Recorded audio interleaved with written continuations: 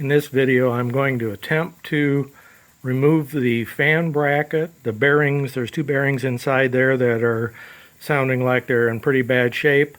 So what you have to do is, there are two bolts on either side. There's this aluminum assembly that's going to go up, and that's where the bearings are going to be in the top end.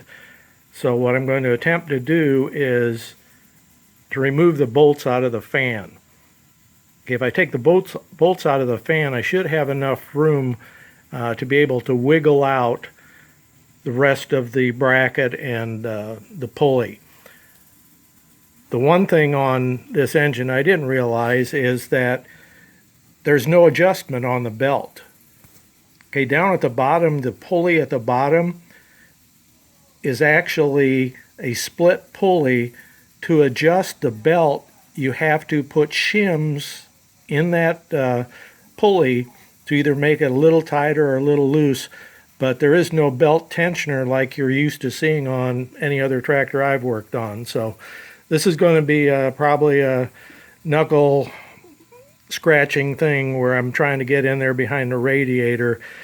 To me, it seems like the best thing to do would be to remove the fan from the pulley assembly, and it's just a matter of if I can get in there and break those bolts free, which doesn't look like that's going to be very easy either.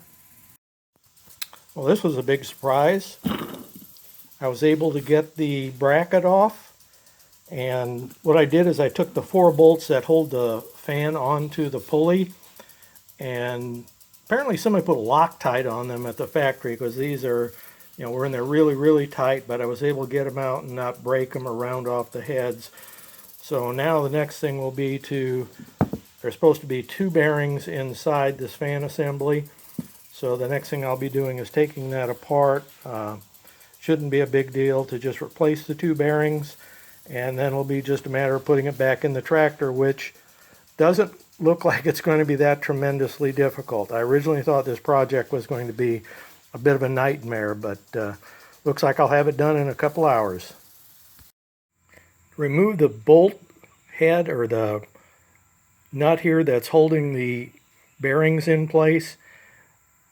I put this in a vise and I soaked it with Croil for a couple hours, and I also heated it. In the manual it says, or the tech manual, you're supposed to heat it to 360 degrees, which that's really hot. So this is another place where I used my heat shrink gun and got it warmed up. I put the coil on it. I then put the nut back on here and tapped it. I've got it in a vise, which is supporting the frame, and then I tapped on this, and the bolt is loose now, and I'll just tap it out and then attempt to get the bearings out. End result, I've got the new bearings in. You have to press the old ones out. What I did is I just would use like a bolt, and I pushed out the shaft first, and then I put it in a vise, and using a socket I was able to just press out the bearings out of the housing and off of the shaft. So didn't end up being that big of a job. It could have been a lot more difficult, but I still don't have it installed yet. I don't think there'll be any major problems, but that's my next step. Getting the fan belt back on these 2 pulleys was a little difficult. What I did is I took a bolt and just got them started on each end of the aluminum bracket. I then put the pulley on the shaft where the fan blades are going to be mounted, but I didn't mount the fan yet. I just put 1 bolt in there just to make sure that the pulley didn't fall off when I was trying to put the belt on, and that gave me a little slack, and it was enough that I was able to get the fan belt back on the pulley.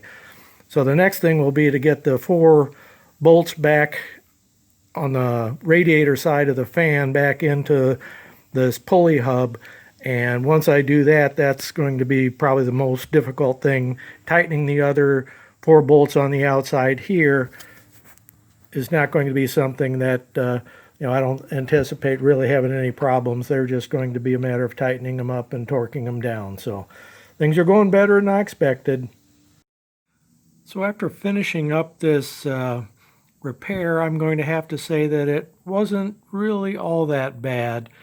The worst part about the whole repair project was to get the fan back on into the hub, and you had to line up the hub with the shaft, and by the time you get it lined up, it would fall off, and I had to do it a couple different times. But overall, I wouldn't remove the radiator. This was, much easier. The belt is not super tight, and you really don't want the belt to be very tight. All it's doing, it's going to be operating the fan, just spinning the fan. There is no alternator or water pump associated with that, so it's strictly a fan belt.